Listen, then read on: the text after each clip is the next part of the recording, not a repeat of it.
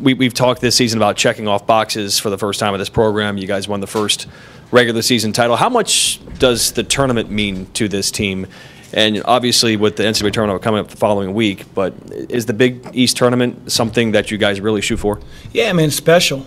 You know, we really enjoy our time up in New York. I mean, you know, we've made a couple runs that have fallen short, but you know, I think when you get to Madison Square Garden and they tip it off, I mean, like it's important. It's also really, really difficult. You know, you've got to be at your best 3 nights in a row, possibly 4, depending on where you're seated.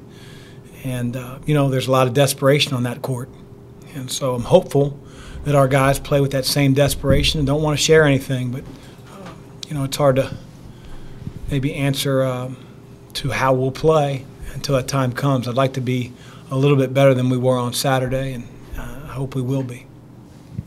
Chris, do you feel like you have, like the guys have, the regular season title out of their systems in the way that you would want going into the tournament? I mean, I'll probably answer that the way I just, you know, answered Joe. It's, you know, it is behind us. Yeah. But, you know, do we play with the same desperation that the winner of Georgetown and St. John's plays with on Thursday? I hope.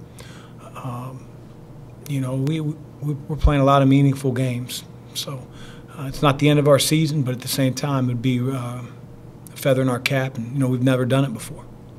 I thought it was really interesting on Saturday, the self-awareness that you showed when you talked about the possibility, the likelihood really, of whether it's this week or the week after, of going up against a Xavier 2016-17 kind of team that exhibits that desperation and things you don't want to run into in March.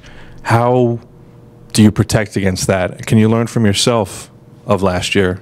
Yeah, I mean, I think so. I think our guys, probably more than any program that's been as successful as we have been this year, also know the fine line between winning and losing. And that was very evident a year ago. And it's not like when you win, you do everything right, and when you lose, you do everything wrong. There's a lot of gray and a lot in between. And our group needs to recognize that, and I think probably should. And hopefully we understand that when we head to the Big East tournament. We play with a fire in our belly, and you know, we play better and more efficient on offense than we did on Saturday. And you know, again, it's a championship, and you know, this senior group, they always seem to thrive when there's competition involved. So we'll see what happens. After playing teams twice all year, you're about to face a third time. Yeah. How much do you do you and focus on what's made you good versus adding new wrinkles to take people off guard? I mean, we add a little bit down the stretch, time and score, situational type things. We've put in some new set plays just so we don't feel like they have our entire blueprint on the offensive end. It's a little unique because you don't know who you play until later on Wednesday night.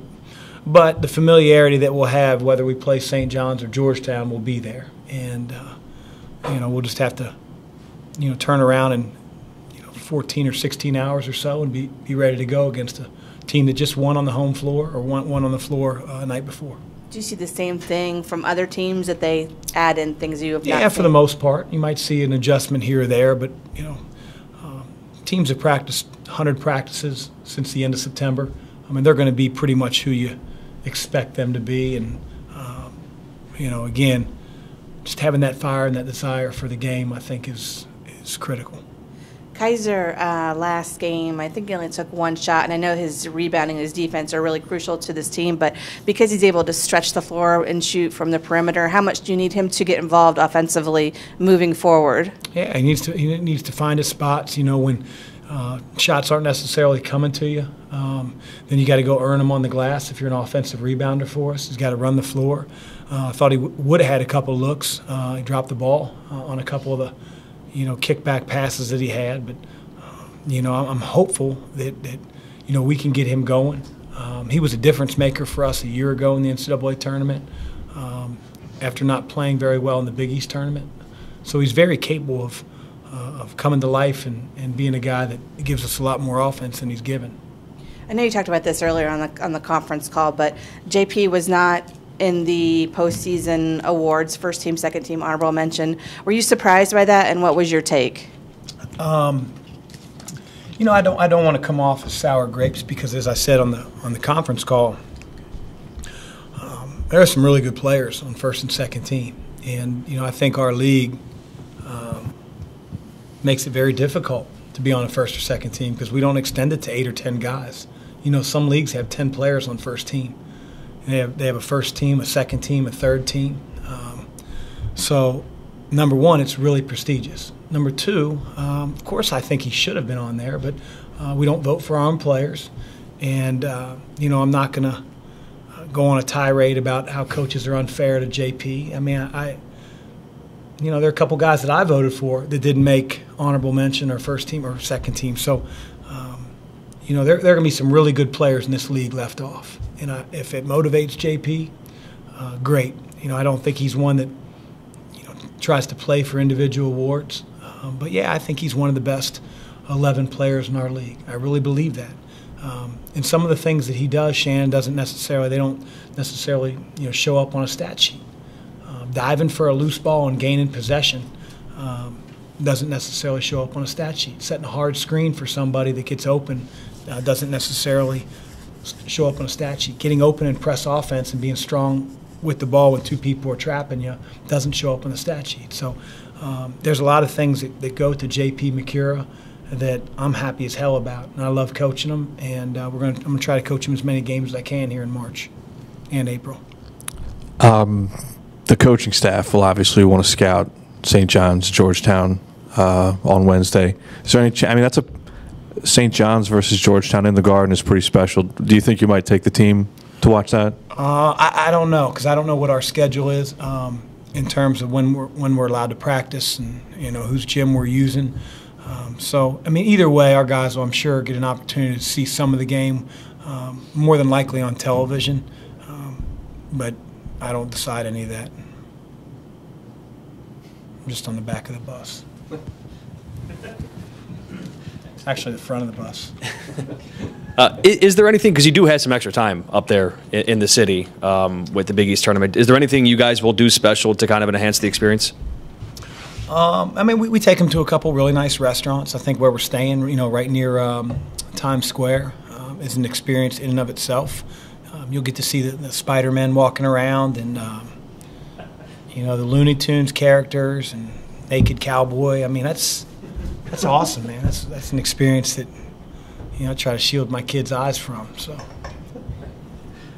You've talked too glowingly about the experience of the actual tournament, Madison Square Garden, Big East tournament. What is it about the atmosphere? Is there one thing that you love about Madison Square Garden, or the atmosphere, the game, the excitement that kind of really gets to you? Just, you run on adrenaline, especially if you win a game or two. You just, you're staying up almost all night as a coach. You're watching film. You get off that bus, and the smell walking into the arena. It's horrendous, but it's one you really like. I don't know why. And then you get on that freight elevator, and to think that Michael Jackson was on that thing, and Billy Joel, and Michael Jordan, Barnum and Bailey elephants. It's really cool to think about. That freight elevator is legendary. It is, man. I'm telling you, it is. The freight elevator is really, it's a really neat experience. What is the smell? Is it like sweat, shoes? How would you describe it? I think it's sewage or old food. There's a bunch of dumpsters back there, so it just doesn't smell great. You would think with $1 billion worth of renovation they could pump some Febreze in there or something, but I'm telling you, I like it. I love the smell, even though it's probably really bad for you.